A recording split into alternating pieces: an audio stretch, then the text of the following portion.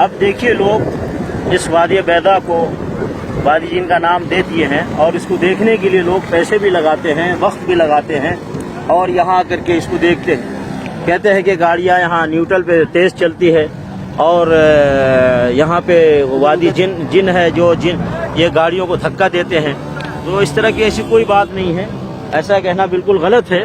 صحیح یہ ہے کہ زمین میں اللہ رب العالمین نے، زمین اللہ کی طاقت اور قدرت کی ایک نشانی ہے، اور ہمیں اتنا کہنا چاہیے کہ دیکھو اللہ رب العالمین نے زمین کے اندر کیسی کیسی چیزیں رکھی ہیں۔ اگر ایسا دیکھا جائے تو اسی زمین میں پٹرول ہے، ڈیزل ہے، تو وہاں کون سا جن ہے؟ اسی زمین کے اندر گیس ہے تو وہاں کون سا جن ہے؟ اسی زمین کے اندر سے دیکھو اناج نکلتے ہیں، گیہوں نکلتا ہے، چاول نکلتا ہے، انگور نکلتے ہیں، آم نکلتے ہیں، مختلف پھل نکلتے ہیں، تو وہاں کون سا جن ہوتا ہے؟ اللہ رب العالمین نے زمین کے اندر بہت ساری چیزیں رکھی ہیں، اور ہر جگہ پہ جہاں جو چیز ہونی ہے وہ زمین کے اندر سے اللہ کے حکم سے نکلتا ہے۔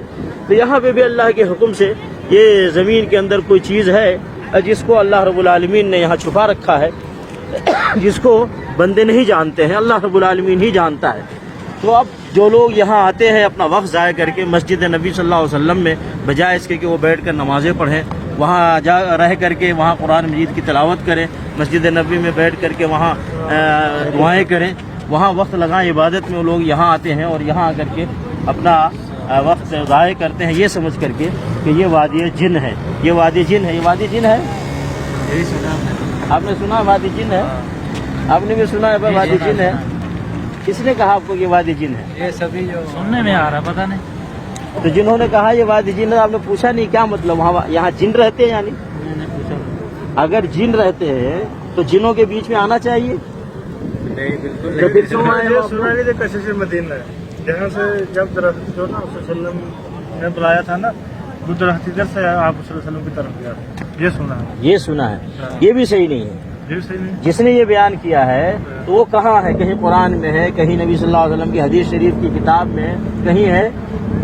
یہ جو ہمیں تو گاڑی ثبوت چاہیے نا۔ چلتی ہے یہ اس کا کیا؟ دیکھیے حقیقت یہ ہے کہ اللہ رب العالمین نے اس زمین میں بہت ساری چیزیں رکھی ہیں۔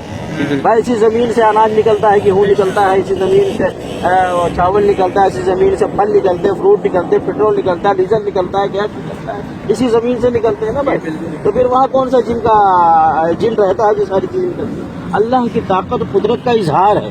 اللہ رب العالمین نے بیان فرمایا قرآن مجید کے اندر، وفی الارض آیات للموقنین، زمین کے اندر یقین کرنے والوں کے لیے بہت بڑی نشانیاں ہیں، جو حقیقت میں اللہ کی طرف کی نشانی ہے۔ ہم جب دیکھیں اس طرح کی جگہوں کو تو یہ کہیں سبحان اللہ، اللہ رب العالمین کتنے بڑی طاقت اور قدرت کا مالک ہے کہ زمین میں یہاں پہ کچھ ایسا رکھا ہے۔ یہ وادی جن نہیں ہے، وادی جن نہیں یہ لوگوں نے ہے۔ دیکھیے اگر کسی کے گھر میں کوئی جن آ جائے تو لوگ گھر میں رہتے ہیں؟ رہتے ہیں؟ نہیں رہتے۔ کہتے بھائی مولانا صاحب کا بولاؤ گھر میں جن آ گیا ہے، ذرا دعا ہوا پڑھے اور یہاں سے جن کو نکالے، یا کسی کے اوپر جن آ جائے کہتے ہیں بھائی مولانا صاحب کو بولا دعا کرو جن کو نکالے۔ اب وہ جن کے وادی میں آئے ہیں، اگر کوئی یہاں سے سب کے ساتھ ایک دو نکل گیا، چلا گیا اپنے گھر پہ چلا گیا تو اس کی اصلیت کیا ہے؟ اصلیت یہی ہے، اللہ کی طرف سے طاقت اور قدرت کی نشانی ہے۔ یہ پہاڑ دیکھ رہے ہیں آپ، کیا ہے؟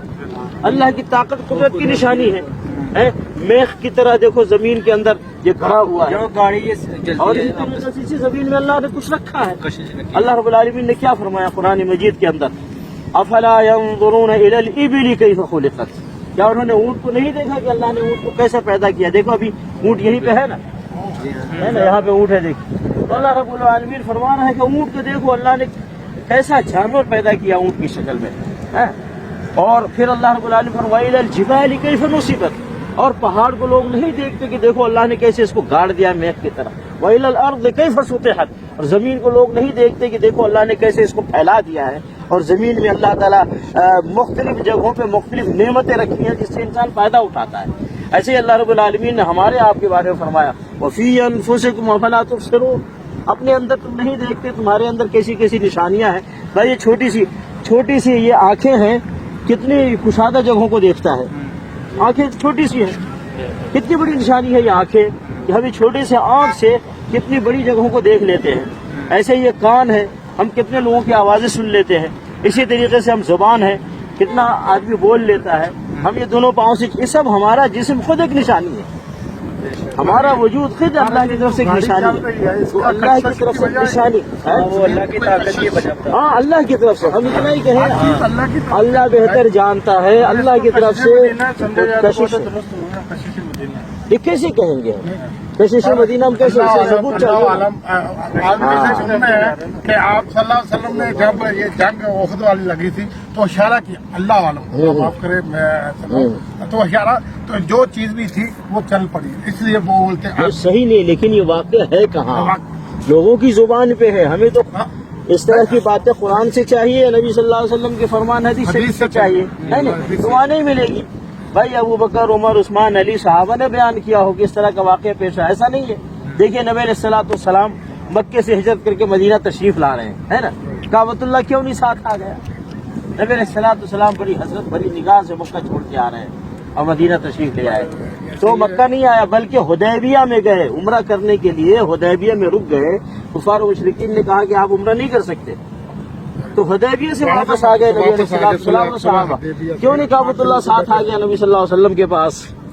تو ایسا نہیں ہے. جو چیز جہاں ہے، دیکھیے کائنات میں کسی کی طاقت اور قدرت چلتی ہے وہ اللہ رب العالمین کی طاقت، اللہ ہی کا حکم چلتا ہے کائنات میں.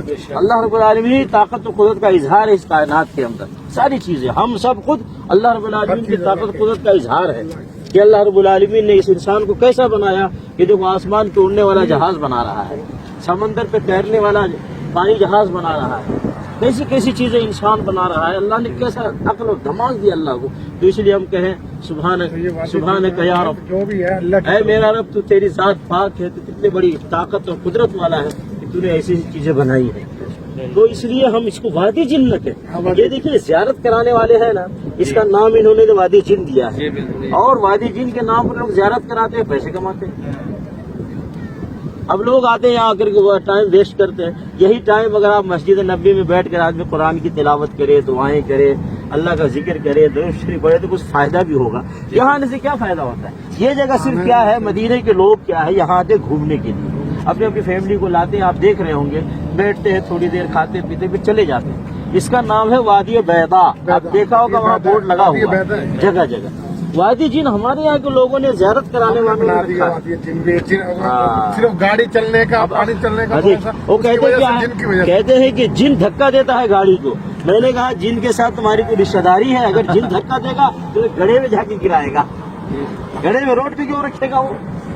میں سب سے ساری بات کی ایک ہی بات، اللہ کی طاقت قدرت کا اظہار ہے. بس اللہ کی طاقت قدرت کا اظہار ہے. اور اتنا ہی سوچے ہم کہیں اللہ تو نے کیسی کیسی چیز دنیا میں بنائی ہے. اللہ تعالیٰ ہمیں ہر چیز سے نصیحت حاصل کرنے کی توفیق عطا فرمائے.